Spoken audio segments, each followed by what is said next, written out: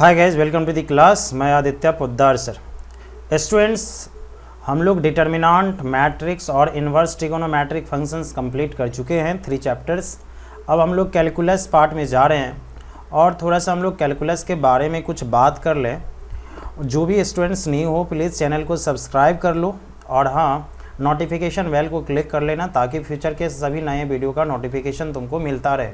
Okay students, तो चलो यहाँ पे थोड़ा सा हम बताते हैं पहले सिलेबस के बारे में। तो ये जो स्टूडेंट्स डिफरेंशिएशन है, डिफरेंशिएशन जो एक्चुअल में वो कैलकुलस के अंदर आता है।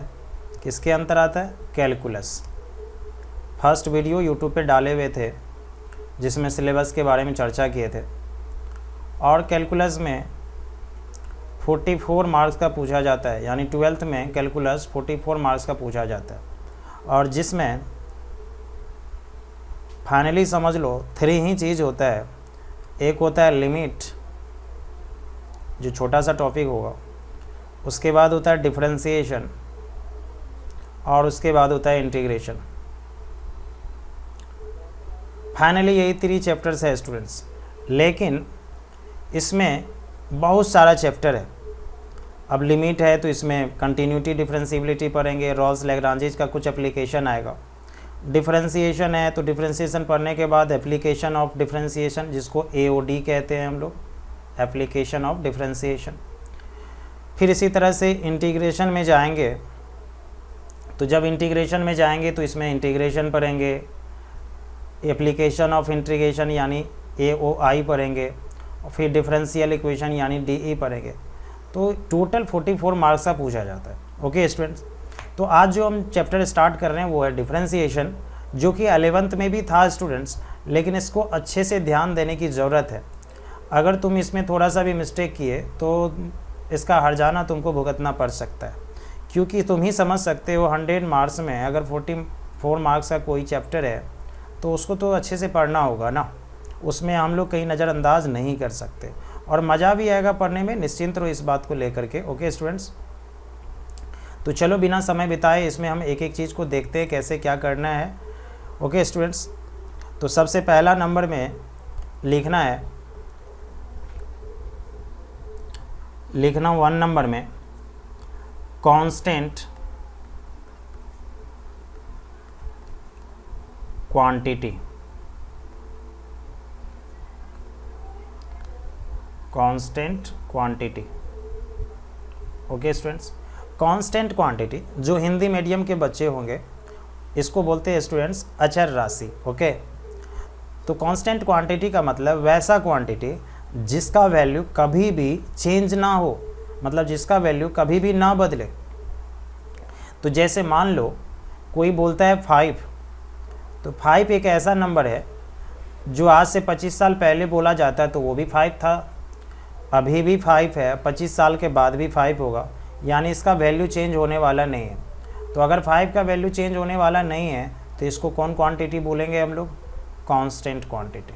कौन क्वांटिटी? Constant quantity. तो कांस्टेंट क्वांटिटी का मतलब होता है स्टूडेंट्स वैसा क्वांटिटी जिसका वैल्यू कभी भी चेंज ना हो।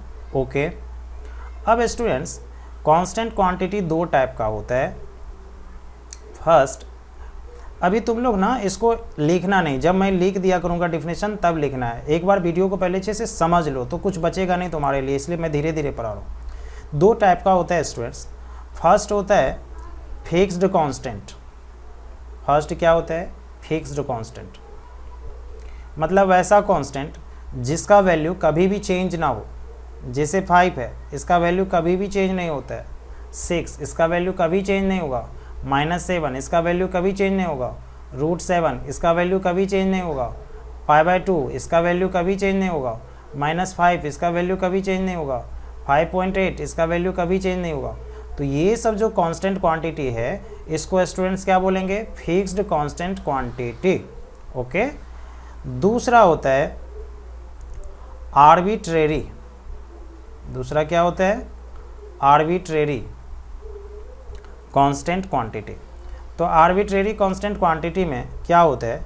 हालांकि ये कांस्टेंट ही होता है बट वैल्यू समय के अनुसार चेंज कर सकते हैं। जैसे ए बी सी डी पढ़े हैं, ए बी सी डी के लेटर को हम लोग आर्बिट्रेरी कांस्टेंट कह सकते हैं, लेकिन इसमें से 5 को निकाल लेना, यू भी एक्स वाई जेड को। कहोगे सर इस 5 को क्यों निकालेंगे?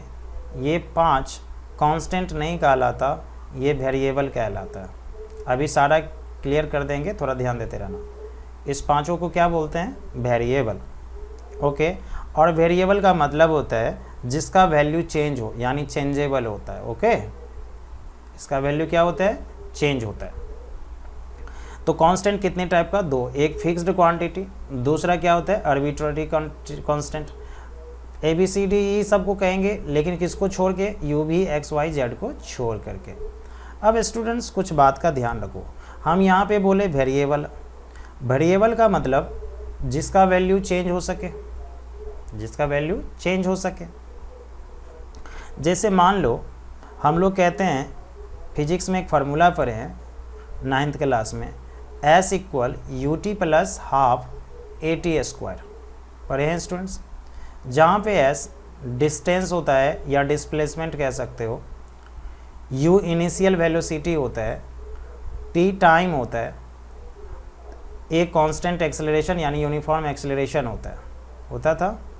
अब ज़रा ये एक बात बताना स्टूडेंट्स, यदि डिस्टेंस की बात करें S, तो ये डिपेंड किस पे करता है? U पे, मतलब निर्भर किस पे करता है? U पे नहीं करता है। S निर्भर करता है T पे। अब कहोगे सर क्यों? S T पे निर्भर क्यों करता है? क्योंकि A तुम्हारा क्या है? कांस्टेंट, ये तो बदलेगा नहीं। U भी तुम्हारा इनिशियल वेलोसिटी, वो भी कांस्टेंट। तो वेरिएबल बचा कौन? टाइम। और ऐसे भी टाइम बदलता है, तुमको भी पता है, कभी 2 बजता है तो कभी 4 बजता है। तो यानी टाइम कौन क्वांटिटी है? Variable quantity. तो S यहाँ पे क्या कहलाएगा? Variable quantity. और S किस पे निर्भर करता है? डिपेंड करता है T पे, टाइम T पे। बात समझ में आ रही है? तो वेरिएबल मतलब जिसका वैल्यू चेंज हो, और कांस्टेंट मतलब जिसका वैल्यू चेंज ना हो। तो अब एक बात बताओ, अभी हम बोले थे U भी एक्स वाई जेड, इस 5 को वेरिएबल कहते हैं, लेकिन अभी देखो हम टाइम को भी वेरिएबल कह रहे हैं। तो स्टूडेंट्स ये कसम खा के नहीं बैठना है कि ये 5 ही वेरिएबल होता है, u v x y z. और भी हो सकता है, वो निर्भर करता है कि उसके बारे में क्या लिखा गया है। सपोज टी है, ओके, तो टी क्या है भाई? अगर टी कहता है टाइम है, तो भाई वेरिएबल होगा टी, क्योंकि वो चेंज होता है। लेकिन अगर इसी में कह देगा कि नहीं, टी जो है वो मास है, टी क्या है? मास है, कोई सामान रखा हुआ है, तो क्या वो कभी सामान बदल जाएगा क्या? 2 kg अनाज अगर रख दे तो 4 kg थोड़ी बन जाएगा अपने आप, 2 ही kg रहेगा ना। तो ऐसी स्थिति में टी क्या हो जाएगा? कांस्टेंट। तो अकॉर्डिंग टू सिचुएशन, यानी सिचुएशन के अनुसार उस समय क्या होगा उसके अनुसार तय करेंगे। लेकिन जनरली यू भी एक्स वाई जेड, इस 5 को हम लोग क्या बोलेंगे? वेरिएबल बोलेंगे। और रेस्ट को क्या बोलेंगे? कांस्टेंट बोलेंगे। और कांस्टेंट बोलेंगे, और कौन कांस्टेंट बोलेंगे? आर्बिट्रेरी कांस्टेंट बोलेंगे। और दुनिया का कोई भी नंबर हो उसको क्या बोलेंगे? फिक्स्ड कांस्टेंट बोलेंगे। आशा करते हैं कांस्टेंट क्वांटिटी और वेरिएबल क्वांटिटी सबको अच्छे से समझ में आया होगा। तो स्टूडेंट्स चलते ज़रा इसको लिखते हैं। ओके, तो थोड़ा सा इसको इरेज कर लूँ, मिटा लूँ।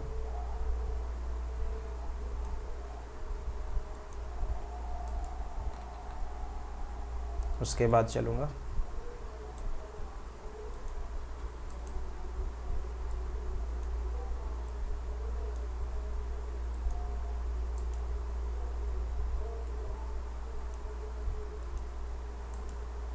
तो चलो समझा दिए, अब लिखाते हैं।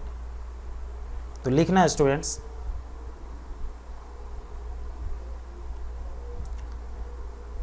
It's value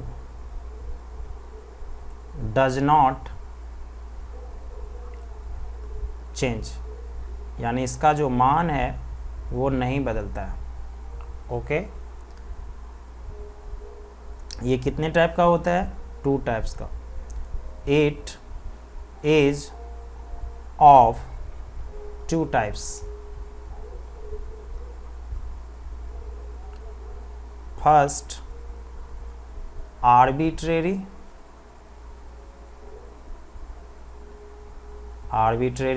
constant. आर्बिट्रेरी का मतलब सिंपल ऐसा सोच लो, जो मन में आ गया वो मान लेना, ये टी है आर्बिट्रेरी कांस्टेंट। तो आर्बिट्रेरी कांस्टेंट का एग्जांपल हम लोग ले सकते हैं ABCD का कोई भी लेटर, लेकिन जनरली किसको छोड़ सकते हैं, UVXYZ को, UVXYZ को छोड़ देंगे, है ना। तो इसके आगे लिख देते हैं एक्सेप्ट। एक्सेप्ट मतलब होता है छोड़ देना, उसको नहीं लेना। बात समझ में आ रही है। EXCEPT, थोड़ा सा ठीक कर लो इसको।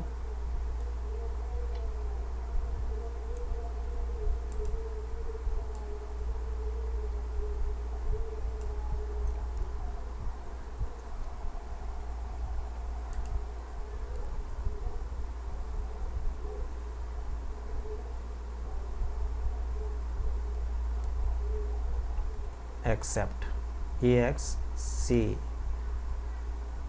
एक्सेप्ट। ओके, चलो अब दूसरा इसका एग्जाम्पल लिखना।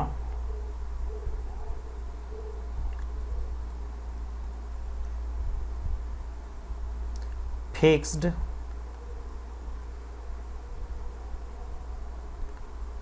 कांस्टेंट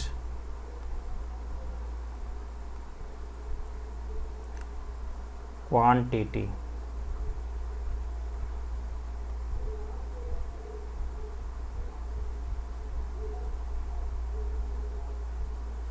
ओके, इसमें भी क्वांटिटी लगा सकते हो, कोई दिक्कत नहीं है। क्वांटिटी नहीं लगाएंगे तो भी समझ में आ जाएगा कि हाँ क्वांटिटी है, क्योंकि ऊपर लगा दिया।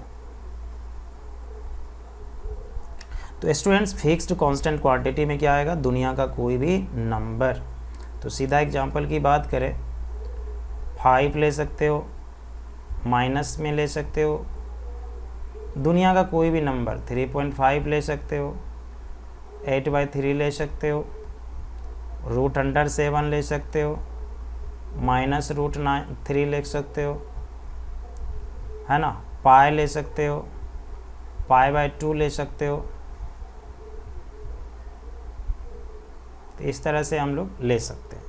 ओके स्टूडेंट्स, तो ये था कांस्टेंट क्वांटिटी। आशा करते हैं सबको अच्छे से समझ में आया होगा। अब लिखना 2 नंबर में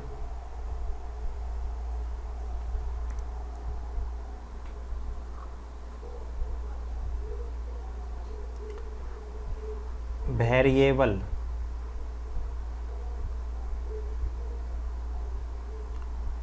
quantity.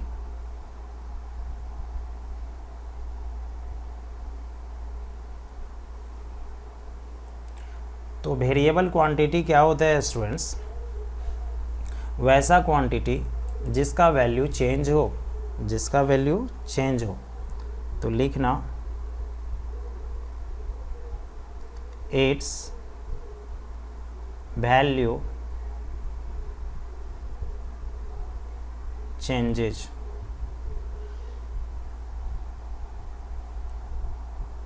It's value changes. 2 second.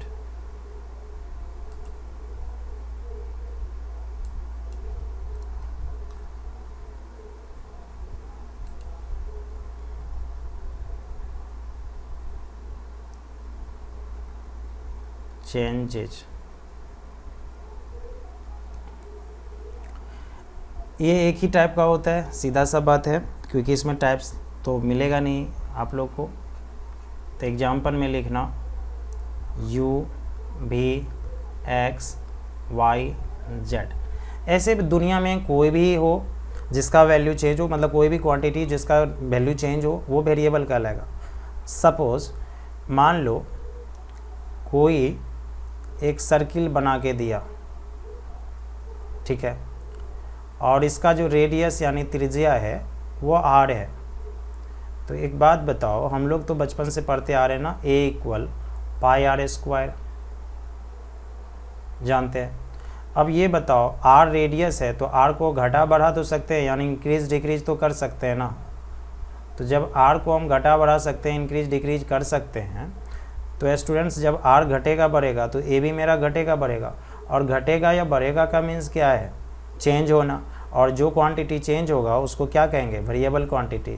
तो क्या अगर कोई एरिया के बारे में पूछता है तो क्या एरिया वेरिएबल है, कहोगे यस सर बिल्कुल है, बट अब किसका एरिया आप पूछ रहे हो, सर्कल का, तो भाई यहाँ पे रेडियस वेरिएबल होगा तब, क्योंकि पाई वेरिएबल नहीं हो सकता ना, पाई का वैल्यू 3.14 तो यूनिवर्सल है, सबको पता है कि 22/7 या 3.14 लेते हैं तो वो कांस्टेंट क्वांटिटी हुआ। लेकिन आर क्या ले सकते हैं उसका कोई गारंटी नहीं, 1 ले सकते, 2 ले सकते, 3 ले सकते, 5 ले सकते। तो यहाँ पे आर वेरिएबल हो गया और ए भी क्या हो गया, वेरिएबल हो गया। आशा करते हो अच्छे से समझ में आ रहा होगा स्टूडेंट्स। तो वेरिएबल क्वांटिटी मीन्स वैसा क्वांटिटी जिसका वैल्यू चेंज हो, जिसका वैल्यू चेंज हो उसी को कौन क्वांटिटी कहेंगे हम लोग, वेरिएबल क्वांटिटी। बात समझ में आ रही है? तो अगर आ रहा है तो अच्छे से ध्यान भी देना है इस पर। ओके चलो ज़रा मिटा लो इसको।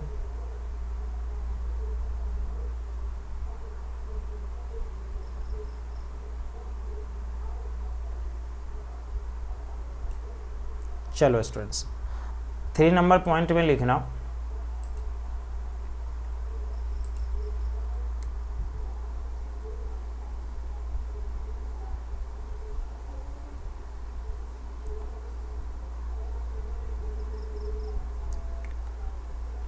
थ्री नंबर में जो लिखाने जा रहे हैं ये इम्पोर्टेंट है, यहाँ से थोड़ा सा तुम लोग ध्यान देना, ठीक है, यहाँ कोई गलती करना नहीं। सपोज स्टूडेंट्स लेट यानी माना y equal f x, y equal क्या मान रहे हैं, एफ एक्स। तो जब y इक्वल एफ एक्स माने तो यहाँ पे x वेरिएबल है और क्या है, y वेरिएबल है। अब कहोगे सर ये f क्या है, f फंक्शन है। ओके तो यहाँ घबराने की ज़रूरत नहीं है। चलो ज़रा यहाँ पे हम रफ में कुछ काम करके दिखाएं तुम लोगों को। सपोज तुम लिखा 2x + 3y = 10, ऐसा लिखा, तो क्या तुम 3y = 10 - 2x लिखोगे, कहोगे यस सर। तो ज़रा बताना स्टूडेंट्स y इक्वल क्या लिखोगे, 10 - 2x / 3। तो अगर तुमसे पूछेंगे कि y किस पे डिपेंड कर रहा है, निर्भर कर रहा है, तो क्या कहोगे, 10 पे? नहीं, 10 तो नंबर है, नंबर पे डिपेंड नहीं कर सकते, जिसका वैल्यू चेंज ही नहीं होगा उस पर डिपेंड नहीं कर सकते ना। वैल्यू चेंज होगा तब तो डिपेंड करेंगे। तो यार 2 पे कर सकते हो क्या, नहीं। 3 पे कर सकते हो कि नहीं, किस पे डिपेंड करेगा, x पे। तो यदि y x पे डिपेंड कर रहा है तो इसी को बोलेंगे y फंक्शन है, y फंक्शन है किसका, x का। तो यहाँ पे खाली एक f लगा देंगे और x डाल देंगे। तो ये f को देख के घबराने की कोई ज़रूरत नहीं है, तुम सिर्फ ये समझ लो fx का मतलब, अभी दिमाग में इतना रखना, fx का मतलब कि यहाँ कुछ भी x का एक्सप्रेशन लिखेंगे, कुछ भी, वो x लिखें या x² लिखें या 2x + 5 लिखें या sin x लिखें या cos x लिखें या tan x लिखें, दुनिया का कुछ भी लिखें, लेकिन x उसमें ज़रूर होगा। ऐसा नहीं कह सकते कि y इक्वल fx लिख दिए उसमें z घुसा दिए, ऐसा नहीं हो सकता। अगर z आया तो नंबर होगा, z यानी कांस्टेंट पार्ट होगा, ठीक, ऐसा होता भी नहीं है। तो यहाँ y बराबर fx का मतलब, घबराना नहीं, fx का मतलब हुआ कुछ भी हो सकता है ऐसे जगह, लेकिन वो क्या होगा, x का एक्सप्रेशन होगा, यानी उस एक्सप्रेशन में कौन मिलेगा, x। कांस्टेंट तो मिलेगा ही, उसको देख के घबराने की ज़रूरत नहीं है, बट x तो मिलेगा ही। अब स्टूडेंट्स अगर ये y इक्वल fx है और हम लोग को इसको डिफरेंशिएट करना है, यानी डिफरेंशिएशन करना है, तो क्या क्या चीज़ का बात का ध्यान रखना होगा। तो सबसे पहले कुछ बात और भी हम बता रहे हैं, ज़रा उसको पे नज़र रखना तुम। यहाँ रफ बना लेते हैं, इसमें रफ में हम कुछ बता रहे हैं। तो अगर students suppose x equal y है, तो क्या तुम कह सकते हो इसको कि 2x इक्वल सर y है, x इक्वल y था, और तुम बोलते हो कि नहीं सर 2x = y लिख सकते हैं। क्या लिख सकते हो, कभी नहीं, क्योंकि अगर तुम इसमें 2 से मल्टीप्लाई किए हो, दिख रहा है कि x में 2 से मल्टीप्लाई किए हो, तो y में भी करना होगा। तो रूल क्या कहता है कि कोई भी ऑपरेशन हो, अगर दो क्वांटिटीज इक्वल है, दो राशि बराबर है, तो जो भी वर्क होगा, जो भी काम होगा, वो दोनों साइड होगा, है ना। तो यदि x इक्वल टू y है, तो अगर हमको कोई क्वांटिटी ऐड करना हो तो भी दोनों साइड, सब्ट्रैक्ट करना हो तो भी दोनों साइड, मल्टीप्लाई करना हो तो भी दोनों साइड, डिवाइड करना हो तो भी दोनों साइड, पावर देना हो तो भी दोनों साइड, मतलब चाहे कुछ भी ऑपरेशन करें दोनों साइड करना होगा। ये सबको तो पता है बचपन से, है ना पता। तो अगर स्टूडेंट्स यहाँ पे हम लोग डिफ्रेंशिएशन करने जाएं तो ये बताओ कि एक ही साइड होगा कि दोनों साइड, तो कहोगे यस सर बिल्कुल दोनों साइड होगा। तो यानी डिफ्रेंशिएशन क्या है, ऑपरेशन है जो क्या होगा, दोनों साइड होगा, एक साइड तो होगा नहीं। तो यहाँ पे इसके लिए लिखेंगे हम लोग डिफरेंशिएटिंग, क्या लिखेंगे, डिफरेंशिएटिंग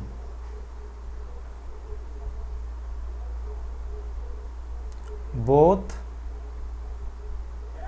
साइड्स। पेन पता नहीं थोड़ा गड़बड़ चल रहा है, इसको चेंज कर लेंगे। Differentiating both sides with respect to x. अब ये एक नया चीज़ लिख रहे हैं, चलो पहले लिख दे फिर समझा देंगे। विथ रिस्पेक्ट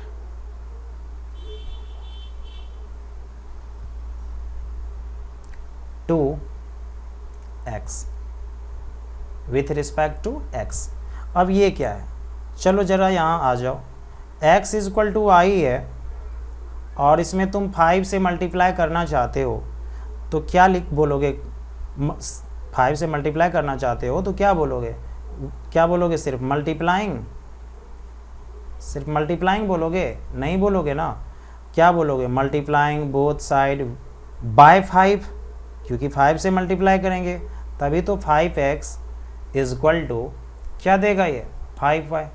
तो अगर स्टूडेंट्स हम लोग डिफरेंशिएट कर रहे हैं तो दोनों साइड तो किए, अब यहाँ 5 से किए तो बाय 5, यहाँ x के जब भी डिफरेंशिएशन होता है तो f जिसका फंक्शन होता है जनरली उसी के रिस्पेक्ट में होता है। अभी ज़्यादा कुछ तुम लोग को नहीं सोचना है, जितना हम बताते जा रहे हैं उतना ही ध्यान रखना है, एक भी कन्फ्यूज़न नहीं होगा, ठीक है। अब यहाँ नहीं सोचना है कि सर z के रिस्पेक्ट में नहीं हो सकता, होगा बाबू बिल्कुल होगा, लेकिन ये सब एक्स्ट्रा चीज़ें नहीं सोचना, वो धीरे धीरे होगा, सीखोगे ना।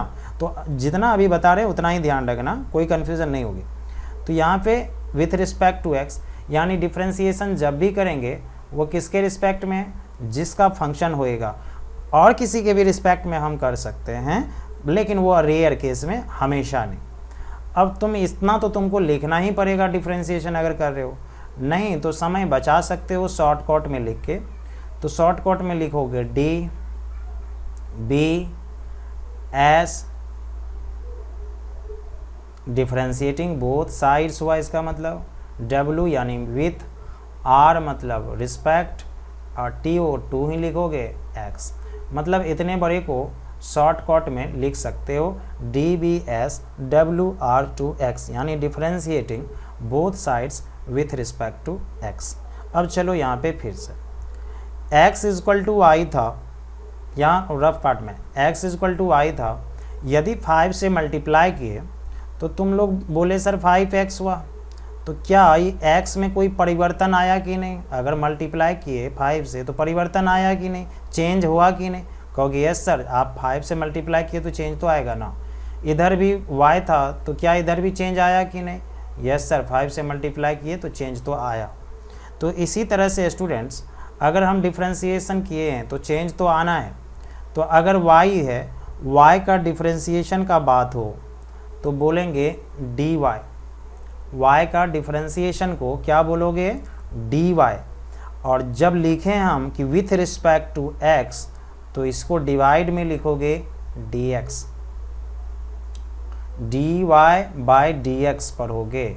तो चलो थोड़ा सा समझो, dy का मतलब डिफ्रेंशिएशन ऑफ y, इतना ही मतलब हुआ, और नीचे dx का मतलब कुछ नहीं, इसका मतलब हुआ विथ रिस्पेक्ट टू x, यानी किसके रिस्पेक्ट में dc हुआ है, डिफ्रेंशिएशन हुआ है, ये चीज़ का थोड़ा सा ध्यान रखना है। ओके, तो dy बाई डी एक्स का मतलब सारा चीज़ अभी बताएंगे। तो अब पढ़ना क्या है, differentiation of y with respect to x। तो इधर भी तो चेंज होगा, d लगाएंगे और fx हमारे पास है सबसे ऊपर में, देखो जहाँ y इक्वल fx लिखे हैं, और बाय में क्या दोगे, dx तो दोगे ही। ओके, तो तुमको यहाँ तक में ये समझ में आया होगा कि जब भी डिफरेंशिएशन करेंगे जिसका भी, ऊपर में उसके साथ d देंगे और नीचे में जिसके रिस्पेक्ट में करेंगे d के साथ वो देंगे, बिल्कुल ना। y था हमारे पास, क्या था फंक्शन में, y, तो y का जब डिफरेंशिएशन किए स्टूडेंट्स तो क्या लिखे, dy, और जब रिस्पेक्ट टू दिए तो नीचे क्या लिखे, dx। इसी तरह से fx था तो fx का dfx लिखे, और विथ रिस्पेक्ट टू x था तो क्या दिए, dx दिए। बात समझ में आ रही है। तो यानी ये हो गया मेरा dy बाय dx। अब dfx बाई dx हो तो इसको शॉर्टकट नोटेशन भी है, मतलब इसको लिखने का, इतना बड़ा लिखने का जरूरी नहीं है, f डैश x। ओके, तो चलो इसको तो नोट करना ही है, थोड़ा सा कुछ चीज़ें भी बता दे तुम लोगों को। dy by d x is equal to f dash x. कोई पूछेगा एफ डैश एक्स क्या है, तो बोलना डिफरेंशिएशन है किसका, एफ एक्स का। डिफरेंशिएशन है किसका, एफ एक्स का, किसके रिस्पेक्ट में, एक्स के रिस्पेक्ट में। ओके, आशा करते हैं समझ में आ रहा होगा। तो यहाँ पे हम रफ में इसके बारे में लिख देते हैं कौन क्या है। तो dy by d x is equal to क्या होगा, डी डिफरेंशिएशन को शॉर्टकट में डी भी कह सकते हो। Okay, d of y with respect to x। dy by d x को क्या बोलोगे शॉर्टकट में, d of y with respect to x। Differentiation of y with respect to x। मेरा बात सुनो ध्यान से, डिफरेंशियल कॉफिशिएंट भी बोल सकते हो। डी का मतलब differential coefficient, differential coefficient of y with respect to x। और अगर f डैश x है तो क्या बोलोगे, डी ऑफ, डी मतलब डिफरेंशिएशन या डिफरेंशियल कॉफिशिएंट दोनों, d of f x with respect to x। Okay, अब कोई f डैश y लिखेगा तो differentiation of y f y with respect to y। Okay, आशा करते समझ में आ रहा होगा तुम लोगों को, ठीक है। अब स्टूडेंट्स ये जब समझ गए हम लोग, तो आज से जब कभी भी किसी के साथ d लगा हुआ देखेंगे मैथमेटिक्स में तो पक्का समझ जाएंगे वो क्या है, डिफरेंशिएशन है। वो क्या है, डिफरेंशिएशन है। ये बात का थोड़ा सा ध्यान रखना है। क्या लगा हुआ देख लेंगे, d लगा हुआ देख लेंगे, क्या समझेंगे क्या है, डिफरेंशिएशन है। बात समझ में आ रही है। तो ये चीज़ का थोड़ा सा ध्यान रखना है। आज से अब जब कभी भी दिखने को मिलेगा d किसी के साथ, क्या बोलेंगे, डिफरेंशिएशन है। अब स्टूडेंट्स अब ज़रा कुछ चीज़ों पे ध्यान दो।